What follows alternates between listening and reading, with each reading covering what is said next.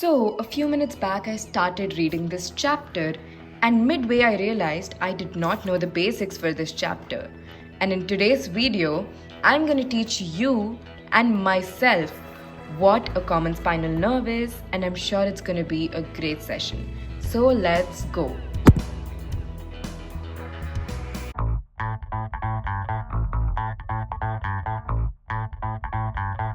Before we start, let's go through some tiny basics.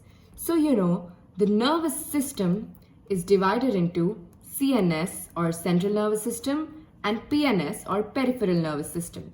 CNS made of brain and spinal cord, and PNS made of all the nerve fibers or everything other than the brain and spinal cord. And now PNS is divided into autonomic and somatic. So now somatic nervous system deals with the voluntary functions. So these nerves provide innervation to skeletal muscles which do voluntary work. Now on the other hand, autonomic nervous system is divided into sympathetic and parasympathetic nervous system. And autonomic nervous system deals with involuntary functions. There is another term that you might have come across a lot. Now, what is a ganglion? To understand what a ganglion is, you are supposed to know the structure of nerves, its components, etc. And the same you can find in some of my previous videos or anywhere around YouTube. Now, nerves have cell bodies. So, the collection of cell bodies anywhere outside the CNS is known as a ganglion. Alright? Apart from that, you also need to know that the brain gives rise to 12 cervical nerves and the spinal cord gives rise to 31 spinal nerves. And here we are going to talk about a common spinal nerve. And a common spinal nerve includes a sensory division and a motor division. So sensory involves passing information from the rest of the body towards the spinal cord, so it senses stuff. And motor involves motor actions, that is performance of activity. So the brain or spinal cords send the signal through the motor neurons to the effector organs. Effector organs are basically the organs or structures that perform the functions. So those are motor neurons. Now a common spinal nerve, common. So it contains both a sensory and motor division for both autonomic and somatic system. Even motor for autonomic and somatic. So first, let us discuss about the original structure of a spinal cord, how nerves arise, the different parts, etc. Now this is a typical transverse section of a spinal cord. That is, if this is your spinal cord and you cut it this way and look at it from this side, it is the transverse section. Now when we talk about its parts, the inner gray matter and the outer white. Now, white and gray matter are basically, if you know a neuron, this is the cell body and this is the axon. And this is the myelin sheath. So the myelin sheath provides a whitish appearance to the neuron. So this area is the myelin sheath and this area is the cell bodies of the neurons. Hence, this is gray and this is white in color. Now, when we talk about the other parts, this part is the dorsal gray horn.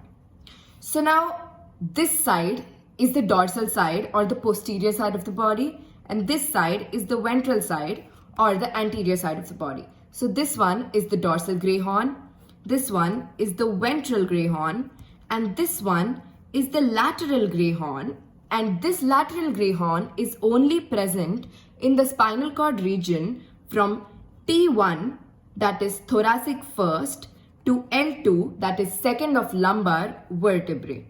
So this is because the sympathetic system that I'm going to explain now exists only between T1 to L2 vertebrae. And this lateral horn also exists only between T1 to L2 vertebrae.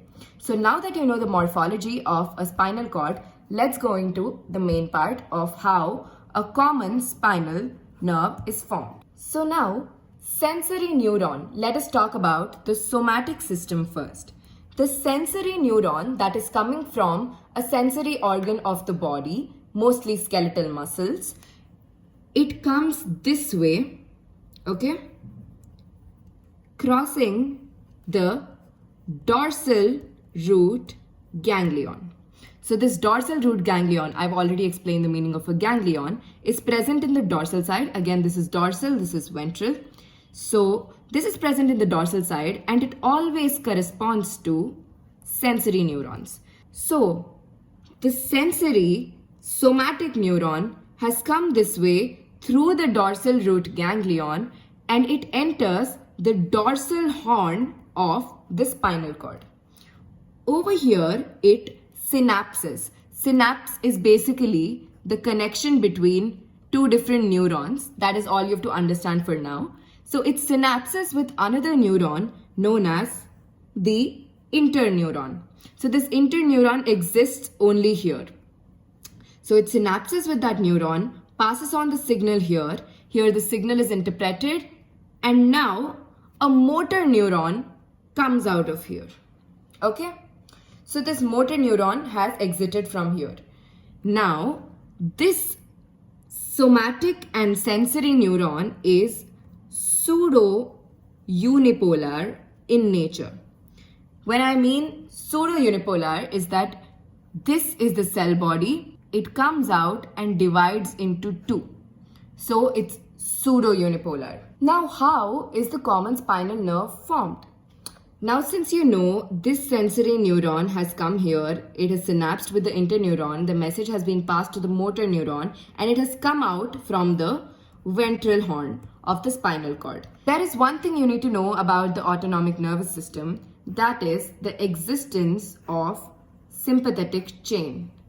Now, this sympathetic chain is just a chain of ganglia aggregations of cell body, which lies right next to the spinal cord. So if this is the spinal cord, this is the sympathetic chain.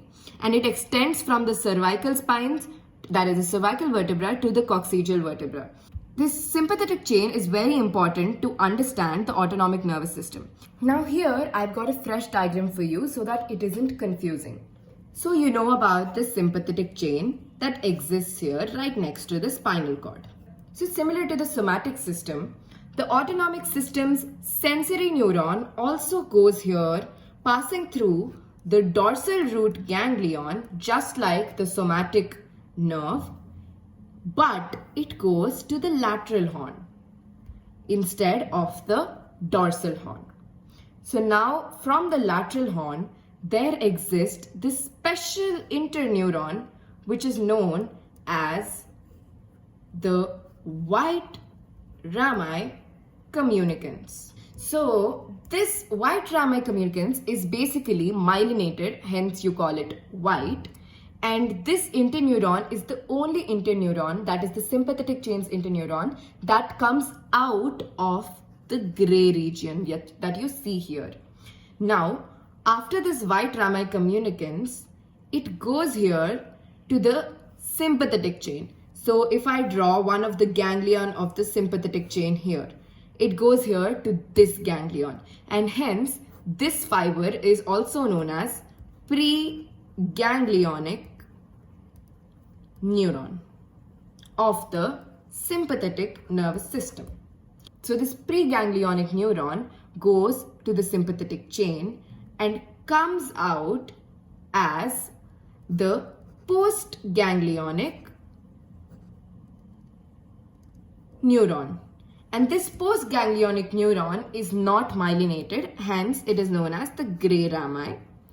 So this postganglionic neuron again is motor in nature because this is the sensory one, this is the interneuron, and the postganglionic neuron is motor in nature, that is, it goes to the effector organ. Now, how do we connect all of this? As you saw in the previous one, the sensory and motor go and meet in this one place where the common spinal nerve is formed. Similarly, for sympathetic system, this sensory arises from here and this motor goes here. So here again, they join together and the common spinal nerve is formed. Now, to summarize, this is the spinal cord, this is the gray part. Here you have the common spinal nerve. So from here you have the somatic sensory going to the dorsal root, you have the interneuron coming like this, the motor somatic coming like this and coming here. Not to forget the dorsal root ganglion. So this is for the somatic part. Just highlighting it for you. Now similarly, we have the somatic part of autonomic nervous system going through the dorsal root ganglion to the lateral horn, the white rami communicants coming out of here to the sympathetic chain, and from the sympathetic chain, the postganglionic neuron going in to the common spinal nerve. This is the path of the autonomic neuron. So as you can see, all of these converge at the common spinal neuron.